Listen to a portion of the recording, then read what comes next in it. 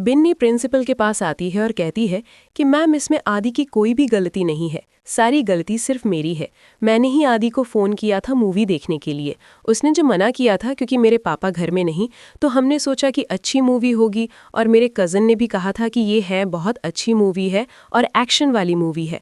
हमें नहीं पता था कि हम देख नहीं सकते हैं एक्शन वाली मूवी, मगर इसमें आदि की कोई गलती नहीं है। आदि बहुत ज़्यादा डर जाता है मेरे पापा से। आदि तो बहुत ज़्यादा मना कर रहा था, मगर मैंने ही उसे फ़ोन किया आने के लिए।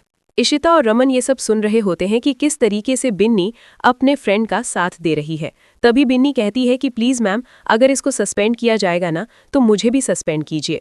बिन्नी कहती है आंटी इसमें है ना आदि की कोई भी गलती नहीं है और इसमें मेरी ही गलती है।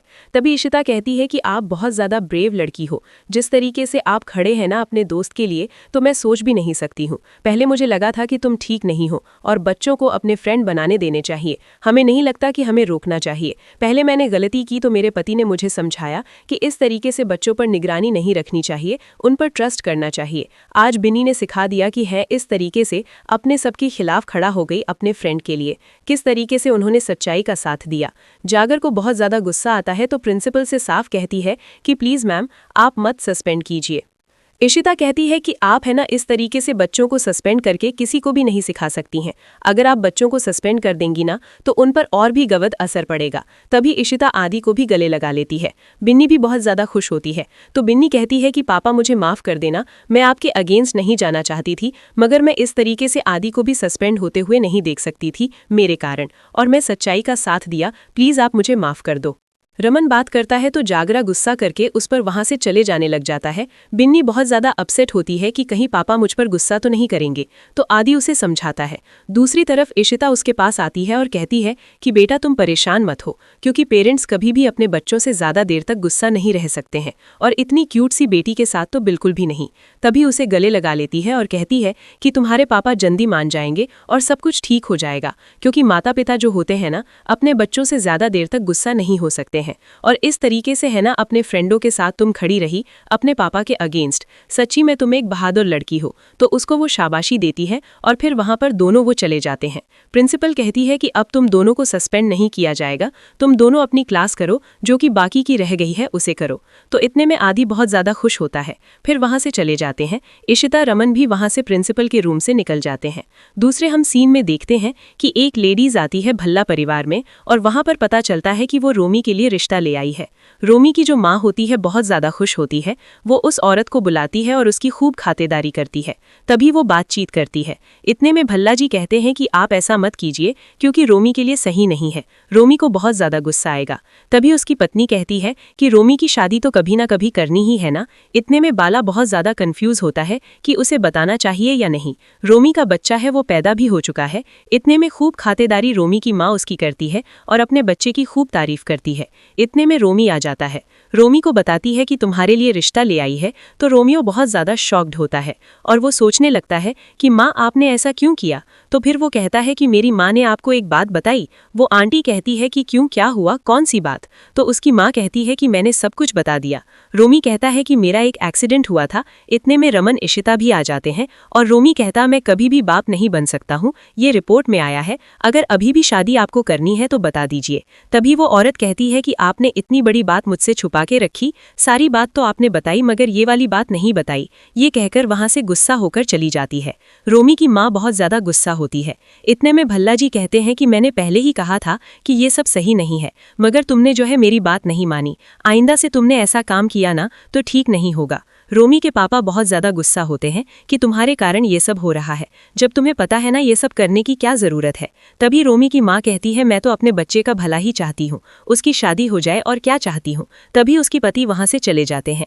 रमन इशिता बहुत ज़्यादा परेशान होते हैं। इशिता कहती है कि मैं माँ को समझाती हूँ, उनके पास जाती हूँ। इतने में जो रमन होते हैं वो परेशान होते हैं। मिरर कहता है कि उसने जानबूझकर है ना ये डील हमें नहीं दी, क्योंकि अशोक के इसके कॉन्टैक्ट बहुत ज़्यादा अच्छे हैं। अशोक उसके कान भर रहा है, तभी इतने में जागरा आ जाता है। जागरा कह देता है कि मुझे आपके साथ कोई भी डील नहीं करनी है, और मिरर कहता है कि आप इस तरीके से ठीक नहीं कर रहे हैं, पर्सनल ऑफिशियली लाइफ को एक साथ मिला रहे हैं। जागरा कहते हैं कि ये मेरा मामला है और मेरे किसने कान भरे हैं किसने नहीं वो मेरी प्रॉब्लम है, आप यहाँ से जा सकते हैं। तो रमन वहाँ से चला जाता है। मिरर कहता है कि इस तरीके से अशोक हमारे साथ करेगा, हमने सोचा भी नहीं था, कुछ ना कुछ तो सबक सिखाना ही पड़ेगा। तभी रमन कहते हैं कि हाँ, वो बिना सबक सिखाए मानेगा भी नहीं। इतने में रोमी की माँ कहती है कि उस रोमी से मुझे बात नहीं करनी है, इशिता ये मेरा भला चाहता ही नहीं है, मैंने सोचा कि इसकी शादी हो जाएगी, इस तरीके से उदास रहता है। इशिता कहती है कि किसी न किसी तरीके से तो हमें सच बताना ही है ना, इस तरीके से हम सच छुपा भी तो नहीं सकते हैं, ये तो गलत है ना माँ, आप समझने की कोशिश कीजिए। रोमी से उसकी माँ कहती है कि मैं इस तरीके से तुम्हें परेशान होते हुए नहीं देख सकती। इशिता अपनी सास को बहुत समझाती है। इतने में बाला आता है और कहता है कि ये तो पहले इसे परेशान है, तो मैं इन्हें क्या बताऊं कि रोमी का बच्चा पैदा हो चुका।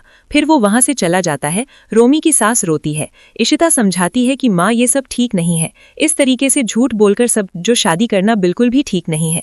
रोमी भी समझाता है कि माँ मुझे पता है कि तुम मेरे कारण परेशान हो, मगर आप परेशान मत होइए, सारिका अगर यहाँ पर है तो हम उसे ढूंढेंगे और सब कुछ ठीक हो जाएगा। इतने में अभिषेक को दिखाया जाता है, जो कि रोमी के फ्रेंड को पकड़ लेता है और कहता है कि अगर तुमने सच्चाई नहीं बताई तो है ना तुम्हें जेल में डाल दूंगा, तुम्हें पता ना तुम्हारे साथ क्या हो सकता है। और रोमी ने तो अपना जो है बयान दे दिया है कि उसने ये सब किया है, अब तुम्हें देना पड़ेगा, जाओ वो पर्चा ले आओ। तो कांस्टेबल कहता है कि कौन सा पर्चा। अभिषेक कहता है कि सच बुलवाने के लिए ये सब करना पड़ता है, जाओ झूठा नोट बनवा के ले आओ। तो कांस्टेबल वहां से चला जाता है। अभिषेक कहता है कि कम से कम इतना तो सारी और इसके बारे में पता चला।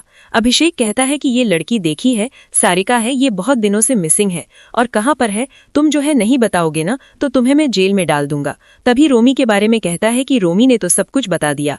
तो उसका दोस्त कहता है कि मैं भी तुम्हें सब कुछ बता दूंगा, तो सारी चीजें बता देता है। रमन बहुत ज्यादा परेशान होता है। वहां पर एक लिफाफा आ जाता है जो कि मासूम चिल्ड्रन होम के बारे में होता है, अनाथ आश्रम के बारे में। तो वहां पर अशोक जाया हुआ होता है। तो रमन कहता है कि कुछ ना कुछ तो गड़बड़ है, ये तो इतना अच्छा तो हो ही नहीं सकता जो कि अनाथ आश्रम में कुछ ना अच्छा करे। तो यहीं पर एपिसोड की एंडिंग होती है। वीडियो पसंद आई हो तो लाइक कीजिए, चैनल को सब्सक्राइब कीजिए। मिलते हैं नेक्स्ट वीडियो के साथ।